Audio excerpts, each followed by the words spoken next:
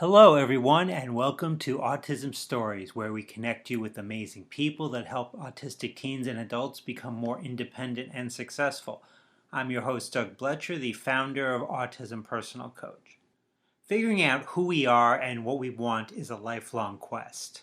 On this episode of Autism Stories, we talk with Sara Earhart about how being diagnosed with Autism Spectrum Disorder led her to start her blog, Seeking Sara, and helped to give her a much better understanding of who she is. We hope you enjoy today's conversation. Sara, thanks so much for joining us today. Thank you so much for having me. Whenever someone has done something I've wanted to do, I always want to ask questions and learn from their experience. And you're one of those people because you have spent some time in Japan, which I've always wanted to do. How did that experience come about, and where should I visit in Japan when I eventually go there? Sure. So I was very lucky when I was in middle school. Two of my teachers in my grade got a grant to take a few students to Japan for a field study, and that was a 2-week field study. I was lucky to be one of the people that they chose to go, and I just really clicked with the culture and the atmosphere. Which now I realize partly was a sensory thing and partly was being a foreigner in Japan, you often are excused social missteps because it's sort of assumed that, well, you're foreign, so you don't understand the norms. So that was very freeing for me. And then I ended up going back for a study abroad. And then most recently, I lived in Japan for a few years. And that's actually something I write about on my blog about why Japan really clicks well with me and why I've succeeded whenever I live there, more so than usually I do in the U.S. even. And then as far as where you should go, I would say if you're comfortable driving there, exploring some of the countryside is very cool, especially Aomori and Yamagata, Yamaguchi, and areas in like Fukuoka and such. And then when you returned to the United States at 27, you were diagnosed with autism spectrum disorder. How did that process evolve for you? So it was actually while I was still in Japan that I started to kind of wonder. Over the years, I've looked a bit at symptom and trait lists and gone, no, that's not me. Like, I don't know why I keep coming back to this. It's never right. And then I stumbled upon Amethyst Ask an Autistic videos, and they were just so wonderful in those videos, showing more to being autistic than those trait lists online that are generally, white cis men that show up with those traits. So I found their videos, and then from there started to research, and then everything just started to snowball, and I was away from my family and friends for the most part, and like I need some way to like get this out. So I started to journal, and that turned into, once I came back, like I need to get this out more. Like I need to figure this out. So while I was in Japan, I was lucky enough to see a therapist fluent in Japanese and English. So she sort of tentatively was like, yeah, I think you actually are autistic. I found this article here and this publication here, and you match this, yada, yada. So when I came back, I was able to present a therapist here with a note that said, this was my finding, this needs to be explored. So in many respects, I was very, very lucky to find people who were willing to put in the research to look into basically non-male autistic people, or people that didn't necessarily have the classic traits that they would have studied in school. So yeah, long story short, I connected with two people very luckily that were able to help me out. I think as humans, it's so important that we figure out who we are, and being on that path of self-discovery is really essential. You've done exactly that just with your wonderful blog, Seeking Sara, an Autistic's Journey. You talk on your blog a bit about masking. For those that may not be familiar, what is masking, and what were the type of masks that you would wear? Well, thank you, first of all, for complimenting my blog. So I can only speak for myself, but the more I started to reflect on myself and my childhood and bullying over the years, the more I realized that not only do I wear a mask a lot of the time, I wear perhaps layers of masks, and that's something that I've written about in the intro to my blog, that are these layers of masks, or maybe a host of masks that I switch out when there's like a role that I need to fulfill. And I'm still sort of exploring that, and I do think that people of all neurologies do that to a certain extent. But for me, masking is suppressing my need to stim, forcing myself to go into situations socially that I don't feel comfortable in, ignoring sensory overload, and just sort of powering through things that are not part of my nature, perhaps. And I don't want to confuse this with testing my ability to grow and change. That's not what masking is to me. Masking is like hiding that I'm in pain and pretending that I understand what's happening in a conversation, and trying to make sure that I can keep verbalizing. So it's the opposite of self-care in a lot of ways. It's denying who I am and pretending that everything's fine.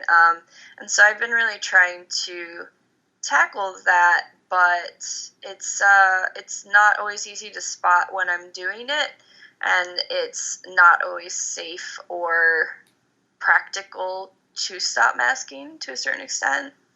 In talking with many others, they've told me that masking, just like you said, is the opposite of self-care and can often lead to meltdowns or shutdowns. Is that the Mm-hmm. experience that you've had?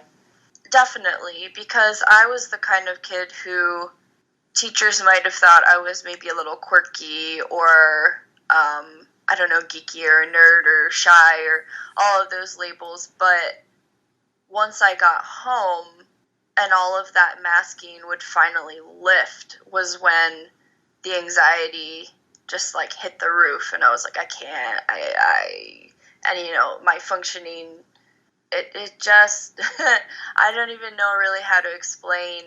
It's just this pure exhaustion, and nope, I can't do it anymore. I can't, there's too much, and I'm tired, and all day I've had this mask, and I just need to be me. Fortunately for me, my home environment was one where we're all introverts, and everyone understood, you need some time to decompress, and it's okay to go in your room and read a book and listen to music and just recharge. It seems that meltdowns are talked about a lot more often than shutdowns. So, what is Mm-hmm. your definition of a shutdown? Well, I think that makes a lot of sense. My distinction between meltdown and shutdowns, that helps me to understand it, is I see a meltdown as fight, on the fight or flight response, whereas I see a shutdown as sort of the flight, in the sense that the meltdown is this external, usually loud battle for control in your own head sometimes, and it's very obviously happening, where the shutdown is this internalized feeling, and both are terrible. I experience a lot more shutdowns than I do meltdowns. A shutdown to me is where usually everything in my mind either becomes this buzzing or numb feeling, and it's like hitting the switch on a computer for me, where I'm going, and then at some point my mind and my body and my soul are just like, I'm done. And it's just sort of shutdown is the best word for it, right? Yeah. It's just this collapse of ability to keep masking and collapse of ability to keep functioning. But I think we don't talk about shutdowns as often because they're not always as obvious. Because especially for me as a kid, a shutdown just looks like, oh, she's quiet and like contemplating maybe, or if someone did notice something was up, maybe it was like, oh, maybe she's anxious, so it's very internalized for me. Now, comparing shutdowns to meltdowns, what would you say are the similarities as well as the differences? Sure. So I would say that for myself, because I can only really speak for myself, they both come about for very similar reasons. And the difference really, in my experience, is I shut down when I am in public and I melt down when I am at home. There are a few exceptions to this. I had a very bad public meltdown probably like a year and a half ago at a hospital, at a clinic.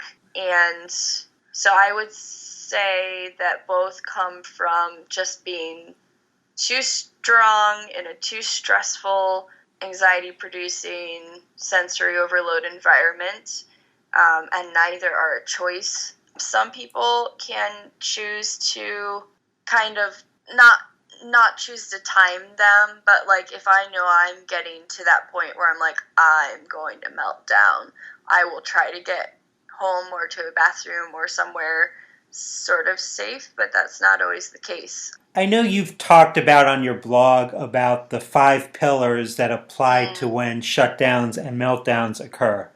What are those 5 pillars, and what strategies have worked for you in replenishing those pillars? Yeah, so one that is like the number one thing that's really, really helped me. Those 5 pillars are mental, physical, emotional, social, and sensory. And this was pointed out to me by my therapist, who is wonderful and really helps me to think of strategies. And she said, you have these 5 pillars that are holding you up. You go throughout the day, certain situations will take a toll on these pillars. So say you're at work and the lights are fluorescent and one of them is flickering and there's a meeting at the desk next to you and it's really loud and yada yada. So the sensory one is already, it's going down a little bit, but you're still solid. And then say your boss comes over and yells at you. So your emotional one is probably like halfway down now. Say that you have a really bad headache that day. Physical is down a bit too. So she sort of helps me to envision those pillars are holding you up and a good balance for yourself. And once a few of them get a little teetery, that's when a small thing, a seemingly small thing, can become what makes the house fall down. So she talks a lot about, well, if you know that you're in this situation, what can you do to fill that pillar back up? Another analogy is video game analogy. Since I play games a lot, I like this one with health meters going down. And so if you can visualize, okay, well, I worked out a lot today and my body is hurting, or, well, something sad just happened to me, or I'm just feeling down today. You can look at those bars and say, well, about how low are those? Okay, well, all right, emotional is down. I need to go and text a friend. Or, oh, sensory is down. I need to go ahead and stim and get that to fill back up. These pillars give you structure on ways to kind of be in a better place. Yeah, and it helps me to find patterns in things. So if I go out to a social event consistently and I just feel completely depleted that night consistently, like each week, it helps me to be like, oh, I either need to not go to that event or only go for part of the time or talk to people there about how I can have a more accessible time at that event. So especially with people who have a hard time regulating that kind of stuff and figuring out the patterns and deciding, like, what do I feel? Like, why am I so tired? For me personally, those 5 categories have really helped me to figure out the patterns of meltdowns and shutdowns. And has that helped you to have those situations where you might normally have a meltdown or shutdown less likely to occur? Oh, yeah, definitely. I don't generally have a lot of meltdowns, maybe like a few a year at most, but definitely my shutdowns have become a lot fewer and far between now that I sort of see those pillars in my mind and go, okay, let's assess, what am I feeling? So I believe we are a collection of our choices. And one choice you made was creating your blog. You could have went down the path of self-discovery privately and not shared this process for the entire world to see. Why did you ultimately decide to share this with the world and start your blog? So that's a great question. So originally, I was teaching in Japan, and that required a lot of masking day in and day out. And I was just entering this huge burnout phase in my life where it was becoming more difficult to mask, and my pillars were, I hadn't encountered the idea of pillars, but if I had, I would see that they were all kind of rickety. And so I started jotting these things down of self-discovery. And then when I got back and got officially diagnosed, it was like something was eating me from the inside out, because here are all these things that I'm realizing about myself, and not an hour goes by at that time when I'm not thinking, that's why I did that as a kid, or that makes so much sense. That's why I'm struggling with that activity. And so to have all of these moments of aha and self-reflection and not really be able to share that with people was very isolating, and it increasingly felt like I was not only lying to myself but to my loved ones, which I'm sure is a yeah, I don't know. I think people might be a little upset about me saying that I was lying, because masking is more of a survival technique. But I didn't feel like I was being genuine with who I am and how I was interacting with people. So I ended up sort of typing up a few things to look at maybe doing a book. But that's another long haul sort of thing, and I was needing immediate support from family and friends. So I turned to the blog, and at first it wasn't public. I was just putting a few blogs up here and there, getting sort of ready to think, well, this is going to go live and people are going to see this, and I need to be ready for that before I do it. Do I really want to do this? Is it going to hurt my employment opportunities? Is this going to cost me friends? What is my family going to think? All that sort of stuff was going through my mind. But ultimately, I came down to 3 reasons for the blog that helped me decide. One was to unravel who I am authentically. 2 was to give people on the outside, especially family and friends, an idea of what's going on behind all of the masking that I've been doing. And then the 3rd was I just really, really needed to find other people that thought like me desperately. I was so lonely and isolated and just going through something that I needed to share. It wasn't ultimately really like a choice. I feel like it was this necessity that I just have to. I can't keep going like this.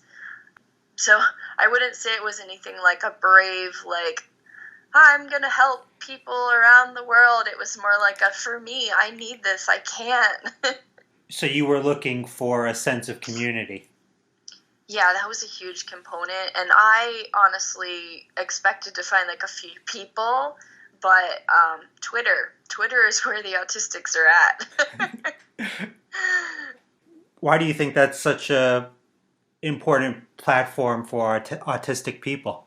I would say social media in general and internet, anything in general, for a lot of us is a safer space in some respects, in the sense that it's a social thing that you can turn off and put away when you're done. And in the sense that we don't, obviously there are things that we have to read between the lines, but there's generally not a lot of non-verbal cues and stuff and tone of voice. There's tone in the words, but it's still, for a lot of us, I think, an easier social field to access. But then I think as well, a lot of us are chronically ill. Like myself, I have fibromyalgia and chronic fatigue. So being able to connect with people online when I'm able to, even if it's from bed, is a huge asset as well. I know you talk about on your blog, Seeking Sara was a way of coming out to friends and family. What has the feedback been from them, and are they reading your blog as often as I am? I don't know. How often are you reading it? I think I've read every one of your blog posts at this point. No way. Wow. Thank you so much. I don't even think my own mother has read it all. So I will say I have been very lucky. I'm sure that out there somewhere is somebody that I know that's had a negative reaction, but fortunately they have not told me. Overall, I would say it's been really fabulous, because I think people now don't take things personally. So, for example, if I need to cancel an event, they're not so much, oh, she canceled again, I guess she doesn't want to go. I think they see it more as like, oh, I wonder if she had like a bad sensory day or something. So I would say my communication has improved as well, because I don't have to come up with a lie. I can just be like, I can't today, and I'm really sorry. I want to go, but I can't. And then I actually ended up doing interviews with people for, I think it was my 1 year, was it? No, I guess it wasn't quite a year of blogging, but I did do a series of interviews, and one of them was with new friends that I met in the last few years. One was with high school friends, then I interviewed my husband, and then the final interview, I interviewed my parents.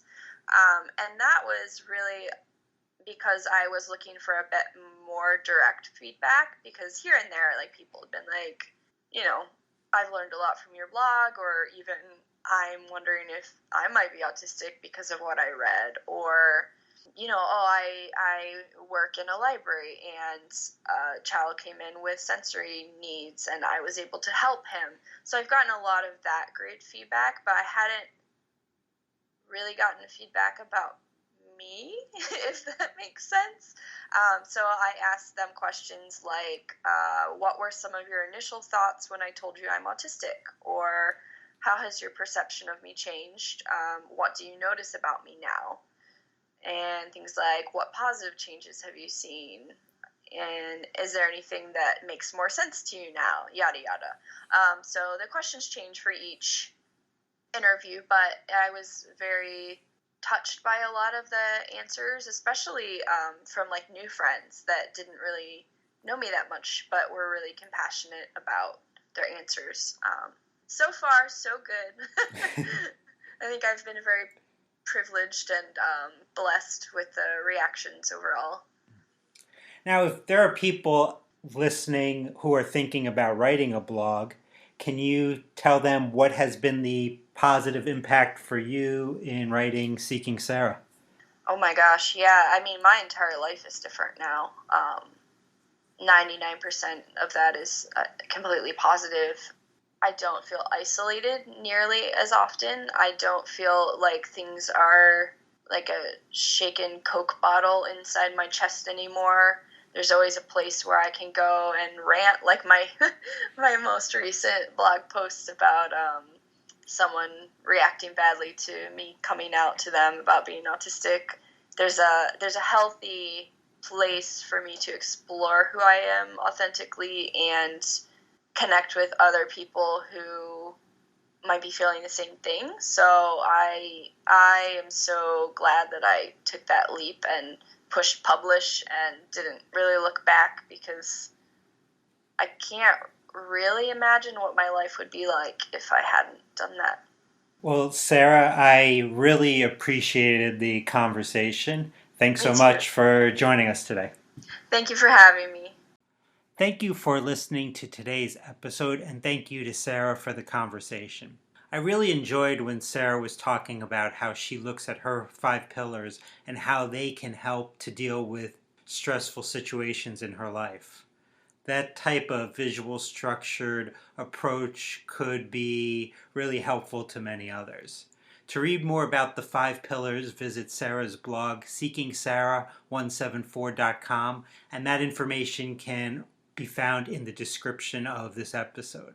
Modern life can be challenging for anyone. When you're autistic, the world isn't designed with your unique traits in mind, and everyday demands can feel insurmountable.